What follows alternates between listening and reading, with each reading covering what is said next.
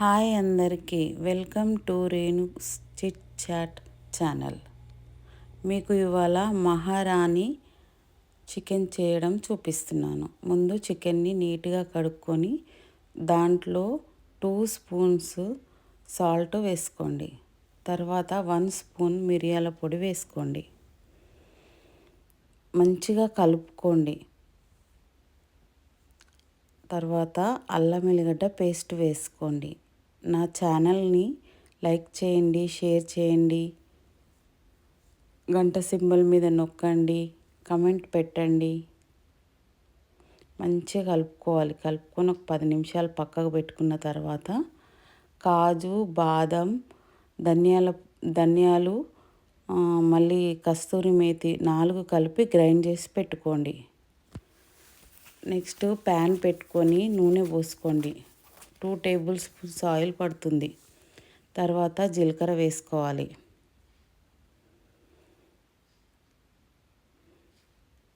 ఒక ఉల్లిగడ్డను కోసుకొని ముక్కలు, నేను ఎంత చూపిస్తున్నానో అంత సైజు ఉల్లిగడ్డ కోసుకొని ముక్కలు వేసుకోండి.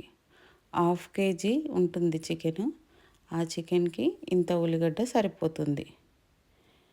మీకు అందరికీ ఎంత కావాలి అనేది కూడా చెప్తున్నాను. అందుకే ఎంత సరిపోతుంది అనేది మీకు ఐడియా ఉంటుందో ఉండదో అని.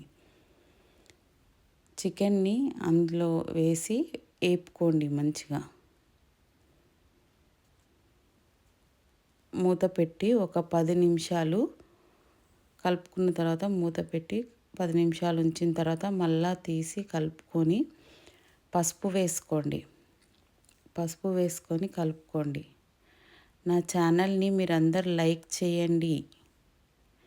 తర్వాత ఒక 4 పచ్చిమిర్చిని స్ట్రైట్గా కోసేసి దాంట్లో వేసేయండి.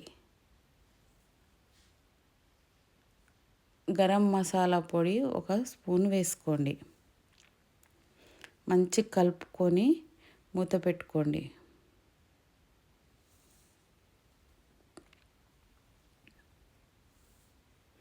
మీ అందరికీ చాలా నచ్చుతుంది. తక్కువ ఐటమ్స్ తోటి టేస్టీ మహారాణి చికెన్ చేసి చూపిస్తున్నాను.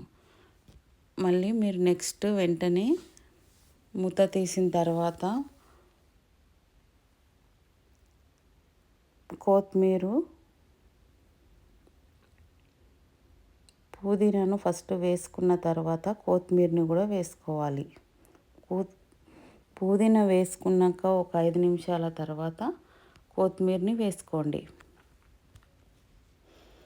నేను 2 ఒకటేసారి చెప్పాను అనుకోకండి. నేను చెప్తున్నాను, మీకు వేసేది కూడా చూపిస్తున్నాను. చాలా టేస్ట్ ఉంటుంది మహారాణి చికెన్.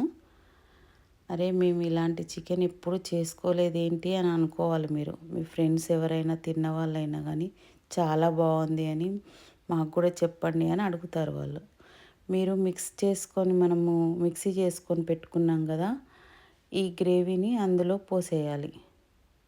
చికెన్లో పోసేసి మంచిగా కలుపుకొని ఒక 10 నిమిషాలు మూత పెట్టుకొని ఉంచుకోవాలి. మీకు మహారాణి చికెన్ చాలా మంచిగా రెడీ అవుతుంది. టేస్టీ చికెన్ తిని నాకు కమెంట్స్ పెట్టండి. మీరు షేర్ చేయండి, లైక్ చేయండి, సబ్స్క్రైబ్ చేసుకోండి.